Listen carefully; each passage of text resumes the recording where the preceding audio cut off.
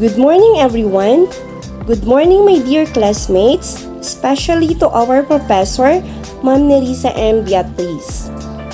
This is Ma'am Francis Bakulay from Nato Elementary School, Sangay District, our discussant for today in Advanced Educational Psychology. So, my topic for today is all about personality assessment in Chapter 33. So, before we go on to our topic, we defined first, what is personality mean? Personality includes all the special qualities people have that make them different from each other.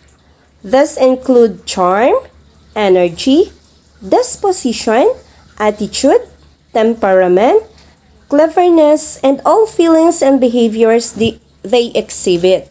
So, when we say personality, it refers to individual differences in characteristic patterns of thinking, feelings, and behaving.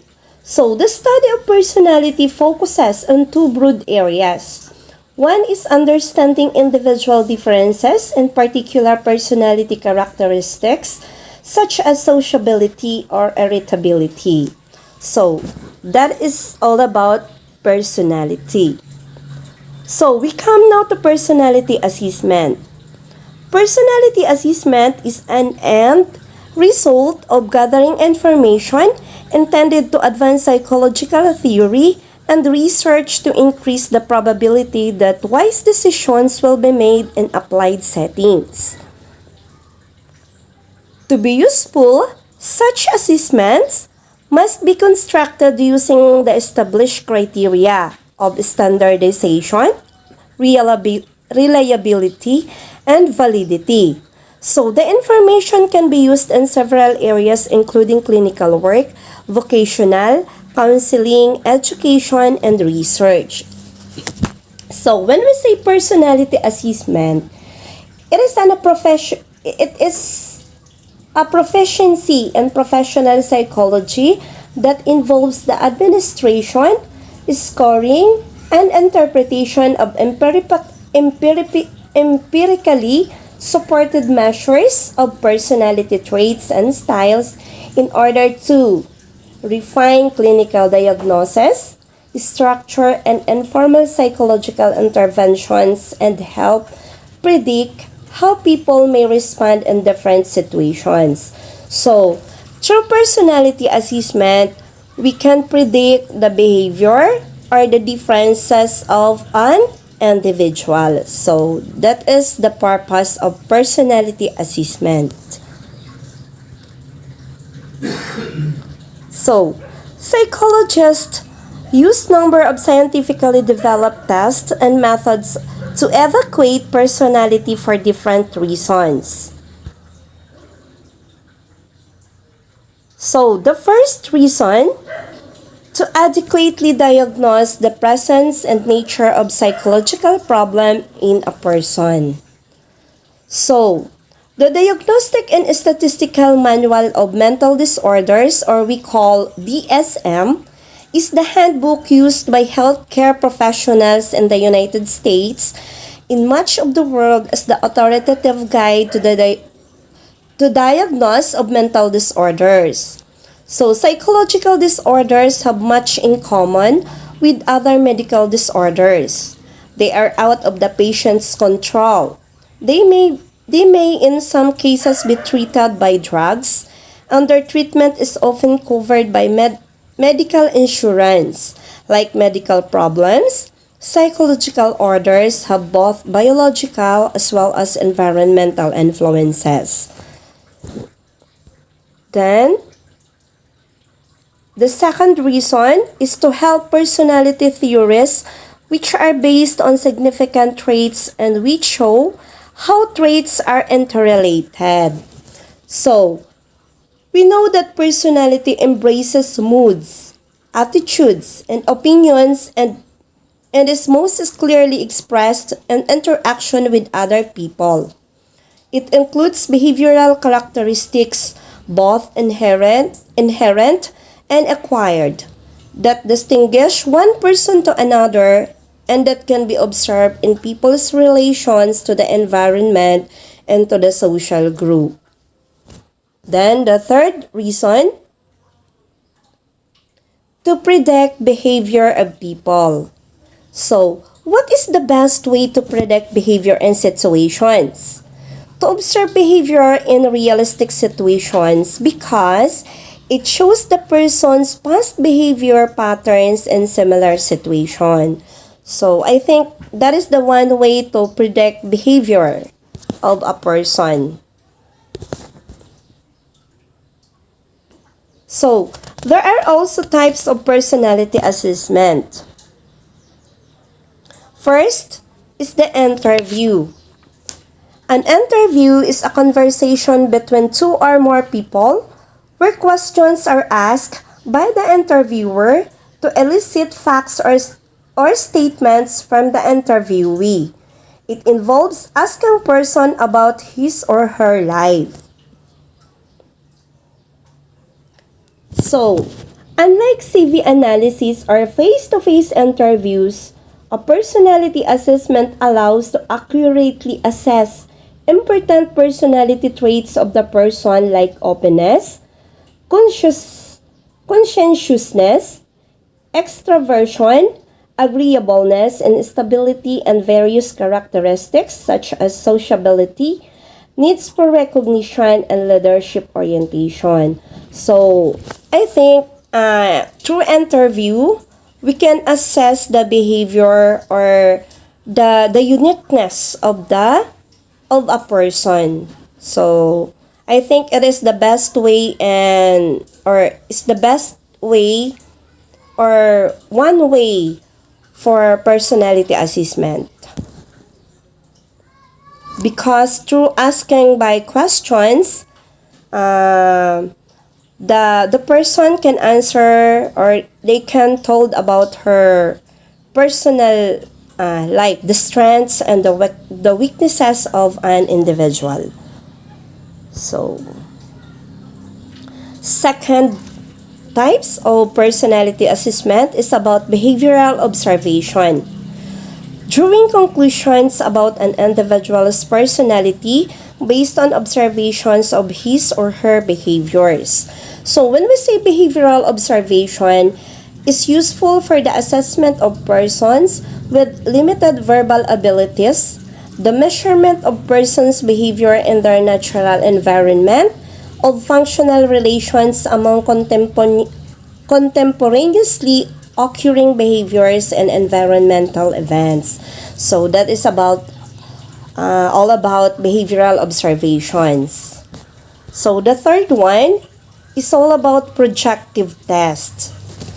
Projective tests that provides ambiguous stimuli designed to trigger projection of one's inner dynamics. So when we say projective tests, are intended to uncover feelings, desires, and conflicts that are hidden from conscious awareness. By interpreting responses to ambiguous cues, psychoanalysts hope to uncover unconscious feelings that might be causing problems in a person's life. So, there are frequently used examples of a projective test like Thematic Apperception Test or so-called TAT and Rorschach in blood test. So, what is Thematic Apperception Test or a TAT means? So, people express their inner feelings and intersect true stories. True stories they make up about ambiguous scenes or pictures it may develop by Henry Murray. So, when we say TAT, it is a widely used projective test for the assessment of children and adults. It is designed to reveal an individual's perception of interpersonal relationship. 31 picture cards serve as a stimuli for stories and descriptions about relationships or social situations. So, when we say ambiguous, it is able to understand or understood in more than one way, or having more than one possible meaning. So, here are the example of an ambiguous picture. So, if we can observe this picture, it is the example of ambiguous cues or picture. Then another one. So, what can you see in the picture?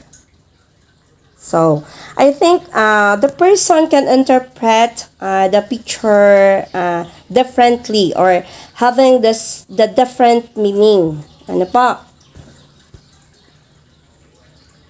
Okay. So, this is a thematic apperception test images. So, like this. Then, the second, what is a Rorschach in blood test? So, it is a set of 10 in blots designed by Hermann Rorschach. Now, the most widely used projective test seeks to identify people's inner feelings by analyzing their interpretations of the blots. So, this is another way in projective test. Rorschach in blood test is a projective method of psychological testing in which a person is asked to describe what he or she sees in 10 in blots, of which some are black or gray and others have patches of colors. The test was introduced in 1921 by Swiss psychiatrist Hermann Rorschach. Okay, so we have here some example of Rorschach in blood test. So, what are your interpretations? So, like that. Another one. This is the example of ink blood test. Okay. So, another type of personality assessment is objective personality test. So, it is present statements rather than ambiguous stimuli, characteristic of projective test. It relies on the test items to predict a particular criterion.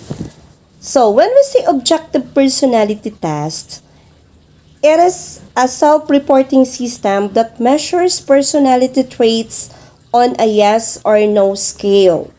These tests are considered objective because the person administering the test prevents anything from influencing the test taker. So, that is about objective personality traits. So, here are some examples of objective personality tests. First is the MMPI, or Minnesota Multiphasic Personality Inventory. So, this test is used by trained professionals to assist in identifying personality structure in psychopathology. So, MMPI is a psychological test that assesses personality traits in psychopathology. It is primarily intended to test people who are suspected of having mental health or other clinical issues. So, this test is used for having a mental disorder. Also, if the person is having a mental disorder, so I think it is the best test. Maybe the professional used in order to identify what is this, or to identify the problem of a person. Okay, another example is the Q sort. Q Q-sort is a research method used in psychology and other social sciences to study people subjectively, that is, their viewpoint. So, Q-sort is the systematic study of participant viewpoints.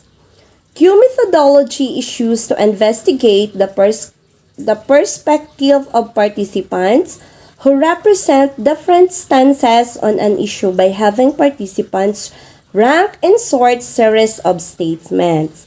So I think the patients here, they need to sort the different instances or situations in a series of statements. Irarank nila po yung kanilang they can rank and sort the series of statements they have. So that is all about the Q sort. The third one is the MBTI. So or just we called Myers-Briggs Type Indicator. The MBTI assessment is a psychometric questionnaire designed to measure psychological preferences in how people perceive the world and make decisions. So, when we say MBTI, it has been developed to measure the assignment of individuals into one of 16 personality types, like the extraversion, the introversion, judgment perception, thinking feelings, and sensing intuition. It inspired from Jung's theory from 1921 to 1971. So the Myers-Briggs Personality Test is a popular test that will match you with one of 16 possible personality types.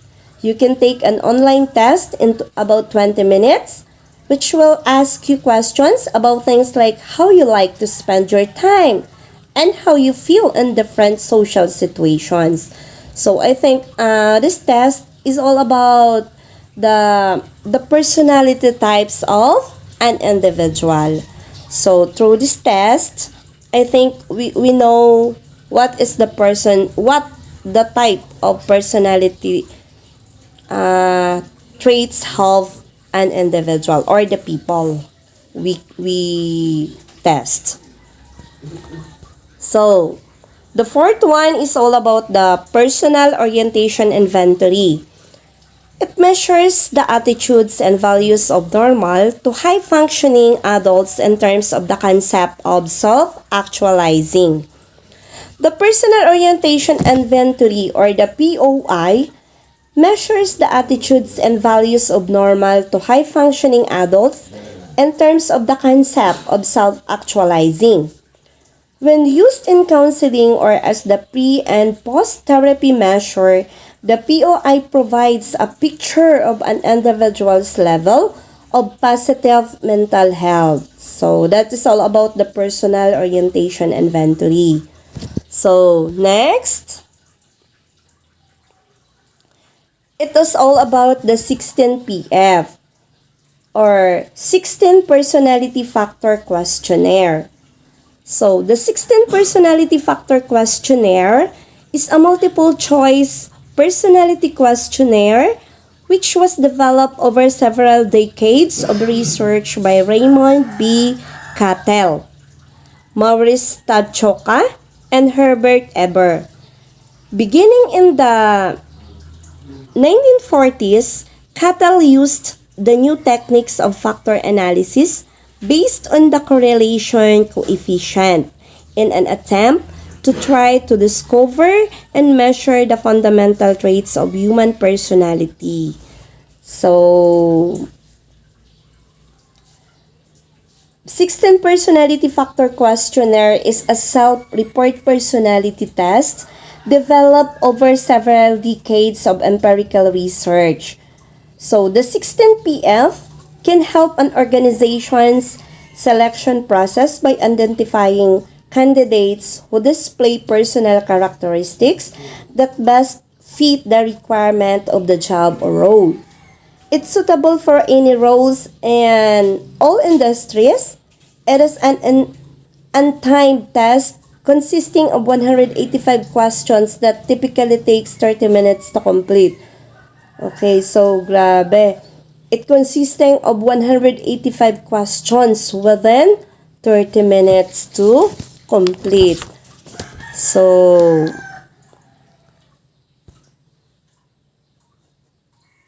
before I end my report, I will read to you the quote, one quote about personality tests. So, everybody is a genius, but if you judge a fish by its ability to climb a tree, it will live its whole life believing it is stupid. So, according to Albert Einstein. So, again, that's all of my report about personality assessment. So, once again, this is Ma'am Francis B. Baculay of Nato Elementary School, our discussion for today. So again, thank you so much for listening, my dear classmates, especially to our professor, Ma'am Nerissa M. Beatriz. Thank you so much, and I hope you like it.